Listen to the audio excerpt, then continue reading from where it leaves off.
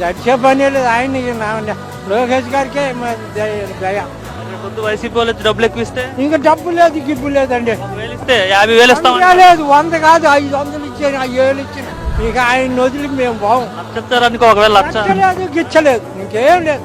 ఇంక అసలు ఆయన ఈయన ఉన్నాడు, ఇంక ఈయనే. జగన్ వచ్చేస్తాడంట వచ్చే ఎన్నికలు. ఇంకా మమ్మల్ని చంపడానికి బాగా చూసుకుంటాడంట, డబ్బులు వేస్తాడంట బాగా. చేస్తాడు, ఇప్పుడే చేశాడు. ఇంకా ఉండే, ఇప్పుడు కాకుండా అయిపోయేవాళ్ళం మేము. ఇంకెందుకు?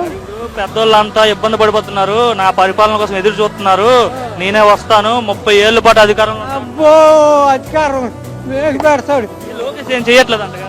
ఏం లేదు, దేవుడు అయ్యా నాయన బాబా. జగనే దేవుడు అంట. దేవుడు ఆయన తీసాయి, ఈయనే దేవుడు. ఇంకా ఆయన మాట అసలు ఎత్తబాకు.